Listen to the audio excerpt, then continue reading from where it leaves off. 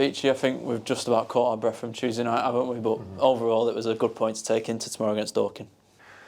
Yeah, definitely. Really pleased with the players. Won't go on too much about it now because you have to move on. But yeah, the performance was good. You could argue worthy of 3 points. We got 1.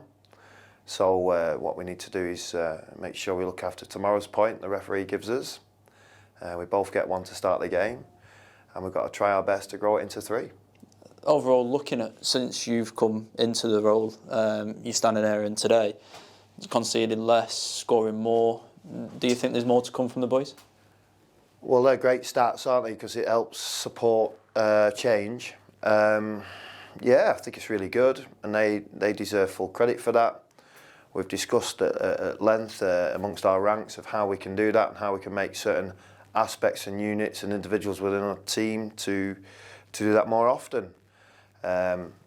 We talk about it a lot, our pitch personality, winning traits and behaviours. You know, our habits, what we do today shapes tomorrow's future. So we've got to make sure we understand what is good, what looks good, what feels good, and from that make it stronger. And I think the players are gaining great understanding towards that. And it's about being consistent and trying to deliver against all these different opponents that bring so many different challenges. Do you think it takes time for the group to obviously understand that, and it's a process almost? Yeah, but I think one of the biggest things really has been really good is how quickly the lads embrace that difference. I think initially it was a tricky tie, wasn't it, against Leek in the FA Cup, and of course Ebbsfleet in the league, wasn't it? And then from that point, that gives you more time to on the training ground to try and evolve things. Which has happened, and like I said to you before, now we look to grow it, and the demand from growing it is a demand on the player to try and meet that need, and that means commitment to training and diet and all the other aspects of professionalism, because ultimately all it is a vehicle to get ready for the match day. We've had back-to-back away games. Is it nice to be back home in front of our own supporters as well? Yeah, it feels good to be in a position not to get on a bus. So yeah, that does feel good, and obviously we're looking forward to an earlier kick-off. So you Fowl fans better get them alarm clocks set. So yeah, it'll be interesting to play a little bit earlier. Doesn't change too much, other than perhaps get to bed a little bit earlier if you can, and get yourself to work 3 hours earlier. So that's where we're at. Just on tomorrow's opponents, it's no secret that they've obviously risen through the leagues quite quickly. What do we expect from them tomorrow? I think that's really good, brilliant and commendable. And of course, in essence, he's got his own sort of unification in respect to what he's doing, because it's almost like a supported one-man band, but within that, great drive, and they've done great. So, well done to them. In terms of the squad, not so much on the actual playing squad itself, but players coming back from injury in quick succession just before an important period in the season.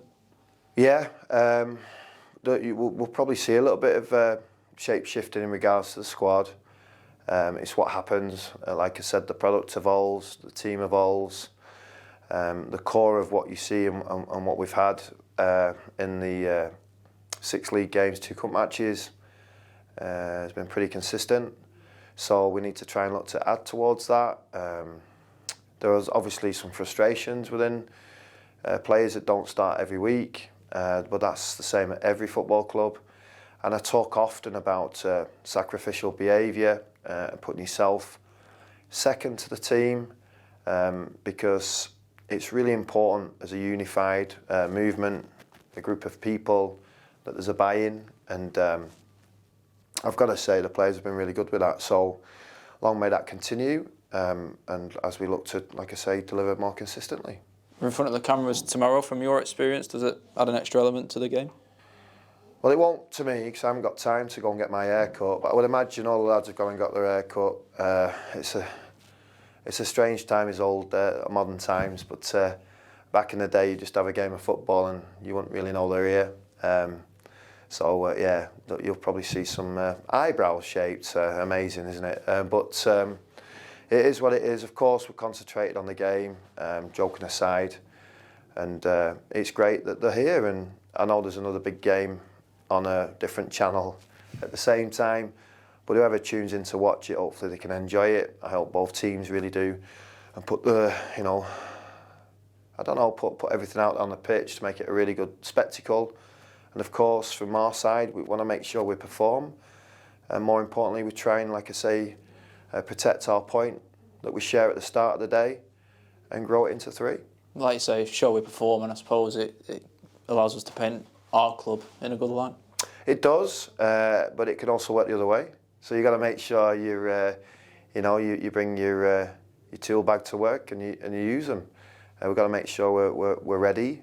We definitely respect our opponents, and it's something to look forward to, embrace, and with a bit of luck, everybody can enjoy it, and even more, we can make sure we try and get our 3 points.